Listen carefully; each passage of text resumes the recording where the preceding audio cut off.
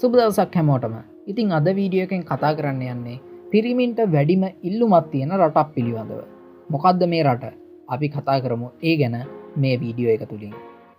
මේ රටේ නම තමයි ලැට්වියාව. ලැට්වියාව පිහිටලා තියෙන්නේ යුරෝපයේ.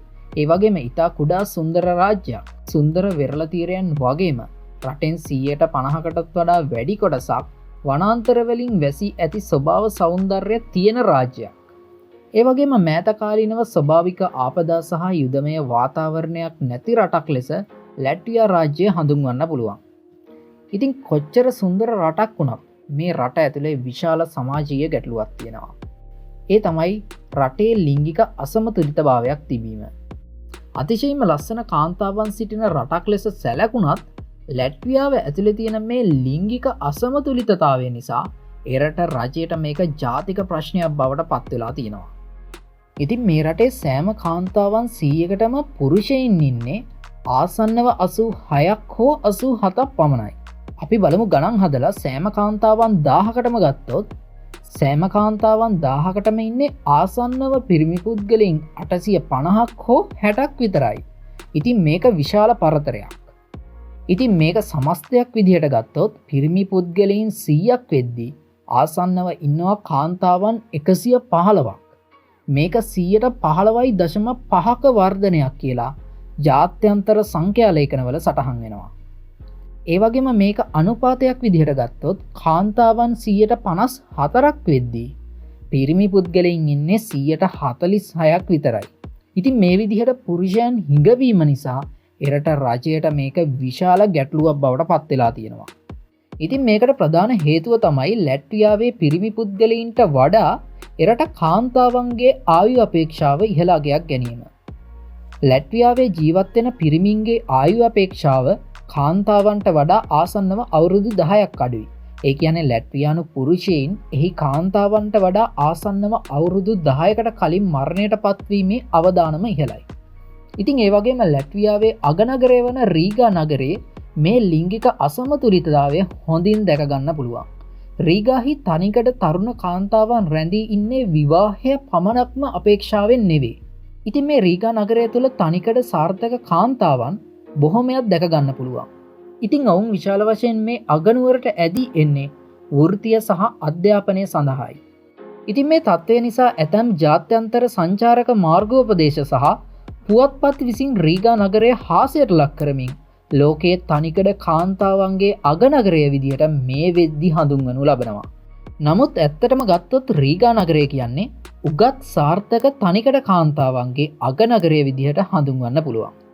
ඉතින් ලැට්වියාවේ මේ පුරුෂයන් හිඟයට තවත් හේතුවක් වෙලා තියෙන්නේ උගත්කම. ඉතින් ලැට්වියාවේ ප්‍රධාන නගරවල කාන්තාවන් ආසන්නව 157ක පමණ ප්‍රමාණයක් තමන්ගේ උසස් අධ්‍යාපනය හදාරනවා. නමුත් පිරිමි පුද්ගලයින් ආසන්නව 143ක් පමණයි තමන්ගේ උසස් අධ්‍යාපනය හදාරන්නේ. ඉතින් මේ හේතුව නිසා හොඳින් ඉගෙනගත් කාන්තාවන් බලාපොරොත්තු වෙන්නේ තමන්ට වඩා උගත් හෝ තමන්ට වඩා ඉහළ ආදායමක් ලබන පුරුෂයින්. එහෙමත් නැත්නම් ඒ කාන්තාවන්ට සම මට්ටමේ සිටින පුරුෂයින්. ඉතින් ඒ නිසා මේ උගත් පිරිමි පුද්ගලයින්ට ඉතා වැඩි ඉල්ලුමක් මේ කාන්තාවන් තුළ පවතිනවා. තවත් බොහෝ කාන්තාවන් පිරිසක් තරඟ නොකරම තනිකඩව සිටීමට පුරුදු වෙලා ඉන්නවා කියලා තමයි විදේශ වාර්තාවල සඳහන් වෙන්නේ. ඒ වගේම ලැට්වියාව තුළ බොහොම ජනප්‍රිය සර්විස් එකක් තමයි පැයකට සැමියෙක් කියන සේවාව. එහෙමත් නැත්නම් husband for an hour කියන සර්විස් එක. ඉතින් මේ ලැට්වියාවේ කාන්තාවන්ට නිවසේ වැඩ කර ගැනීම සඳහා පැයකට ස්වාමි පුරුෂයන් බඳවා ගැනීම හැර වෙනත් විකල්පයක් නොමැති බවට තමයි විදේශ පුවත්පතක් වන සන් පුවත්පත වාර්තා කරලා තින්නේ. ඒ කොහොම වුණත් ලැට්වියාව තුළ පැයකට සැමියෙක් සේවාවට විශාල ඉල්ලුමක් තියෙනවා. මේ සේවා සපයන පිරිමින්ගේ කාලසටහන කාර්යබහුල නිසා කල්තියා වෙන් කරවා ගැනීමට පවා සිද්ධ වෙනවා. ඉතින් ලැට්වියාවේ කාන්තාවන් යුරෝ කිහිපයක් ගෙවලා නලකාර්මික වඩු වැඩ අලුත් වැඩියා කටයුතු සහ රූපවාහිනී සවි කිරීම වගේ දේවල් සඳහා පිරිමින් කුලියට ගැනීමට පෙළඹෙනවා. ඉතින් මේ විවිධ සේවාවන් කර ගැනීම සඳහා කාන්තාවන් දුරකථනයෙන් හෝ ඔන්ලයින් හරහා පැයකට සැමියෙක්ව කුලියට ගන්න පුළුවන්. ඔවුන් පැයක් ඇතුළත පැමිණිලා අවශ්‍ය කාර්ය කර දීලා යන බවට තමයි වාර්තාවල දැක්වෙන්නේ. හස්බන්ඩ් කෙනෙක්ගෙන් ගෙදර දොරේ වෙන්න ඕනි කරන්න ඕනි සේරම වැඩ ටික මේ කියන ශ්‍රමිකයින් මේ කාන්තාවන්ට කරලා දෙනවා. ඉතින් මේ ලැට්වියානු පිරිමින්ගේ ආයු කාලය අඩු වෙයි. මේකට හේතුව විදිහට විද්‍යාඥයින් පෙන්වා දෙන්නේ ලැට්වියානු පිරිමින්ගේ ආයු අපේක්ෂාව අඩුවීමට ප්‍රධාන වශයෙන්ම හේතුව අයහපත් සෞඛ්‍ය පුරුදු සහ ඔවුන් තෝරාගෙන තිබෙන ජීවන රටාව. එරට දුම්පානය කරන පිරිමි ජනගහනය 31%ක්. කාන්තා ජනගහනයෙන් දුම්පානය කරන්නේ 10%ක් විතරයි. ඉතින් ඒ අනුව පිරිමින් 3 ගුණයකටත් වැඩි ප්‍රමාණයක් මේ දුම්බීමට ඇබ්බැහි වෙලා ඉන්නවා. ඒ වගේම අධික බර සහ තරබාරු පිරිමින් 62%ක් මේ ලැට්වියාව ඇතුලේ ඉන්නවා. හැබැයි මේ ප්‍රවණතාව කාන්තාවන් අතර වෙන්නේ 57%ක් විතරයි.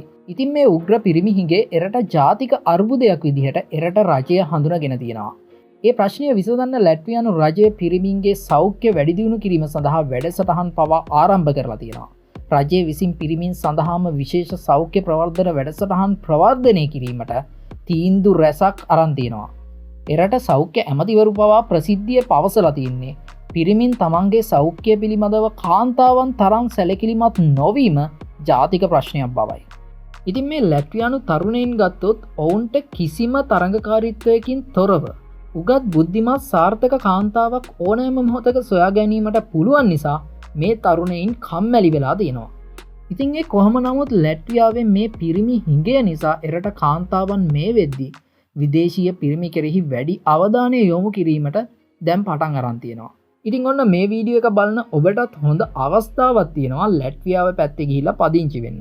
මේක ඒ තරම් හොඳ අවධනක් නොවුනත් අපේ උගත් කඩවසම් තරුණයින්ටත් ගොඩ යන මාර්ගයක් පෙන්නලා අදට අපි ඔයගොල්ලන්ගෙන් සමුගන්නවා. ඉතින් මේ වගේ වීඩියෝස් දිගටම බලන්න channel එක subscribe කරන්නත් අමතක කරන්න එපා. අදට ගිහින් එන්නම් ඕගොල්ලෝ හැමෝටම සුබම සුබ දවසක්.